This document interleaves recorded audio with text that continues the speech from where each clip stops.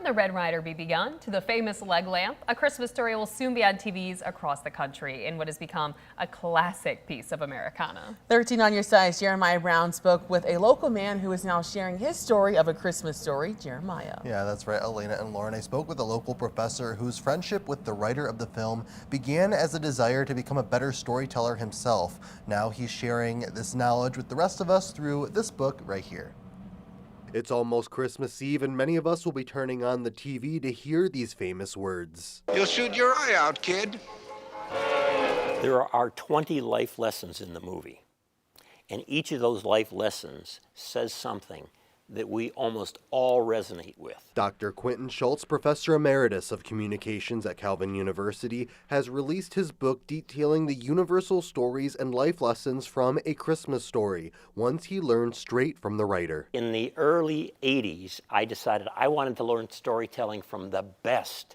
And the best I could find was a guy named Gene Shepard. I contacted him and I said, "You don't know me. I'm a professor at Calvin University, then Calvin College in Grand Rapids. Would you be willing to teach me storytelling?" And he said, "A professor is contacting me?" He was amazed. He said, "Okay, let's do it." That was the beginning of a friendship lasting until Shepard passed away in 1999. And I kept notes about all of this because I was so fascinated with his parables. His stories are parables. And I thought, wow, I should write something up on this. But I never did because the movie A Christmas Story was not a hit when it came out in '83. But slowly but steadily, it got more and more popular. Until today, 40 to 50 million viewers a year. What about that story just makes it so watchable even today? It has to do with an everyday family.